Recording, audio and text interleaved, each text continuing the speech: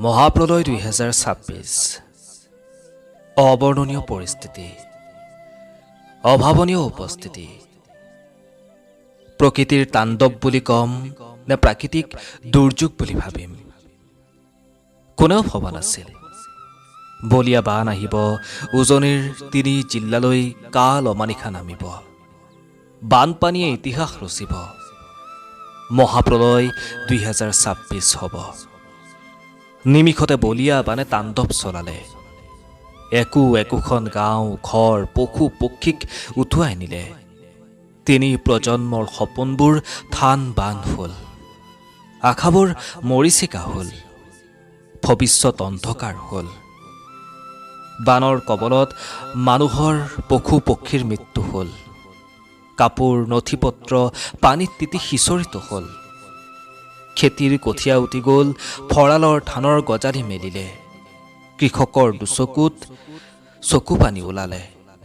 বহু লোকৰ জীৱিকা নোহোৱা হ'ল, খাবলৈ পানী নাই, পৰিধান কৰিবলৈ কাপোৰ নাই, অসুখৰ দৰৱ নাই।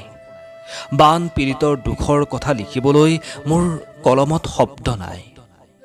সকলোৱে উজাগৰি নিশা কটাইছে, ভৱিষ্যতৰ চিন্তা কৰি চকু লুটুকিছে, চৰকাৰৰ পদক্ষেপলৈ অপেক্ষা কৰিছে।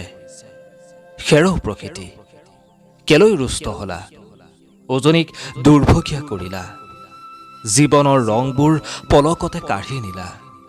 প্ৰকৃতি, তুমি সন্তুষ্ট হোৱা, জীৱনৰ ৰংবোৰ ঘূৰাই দিয়া, হাঁহি আনন্দ বিলাই দিয়া। বানপীড়িতসকলক ৰাইজে সহায় কৰিছে, সাহায্য দিছে, দুখৰ সমভাগী হৈছে। মই ভগৱানক প্ৰাৰ্থনা কৰিছোঁ, বানাক্ৰান্ত অঞ্চলৰ দুখৰ দিন আঁতৰি যাওক, সুখৰ দিন পৰিধান হওক, সকলোৰে জীৱন সুখৰ হওক, একোখন সপোনৰ ঘৰ পুনৰ পৰিপূৰ্ণ হওক। মহাপ্ৰলয় 2026 কেতিয়াও পুনৰাবৃত্তি নহওক।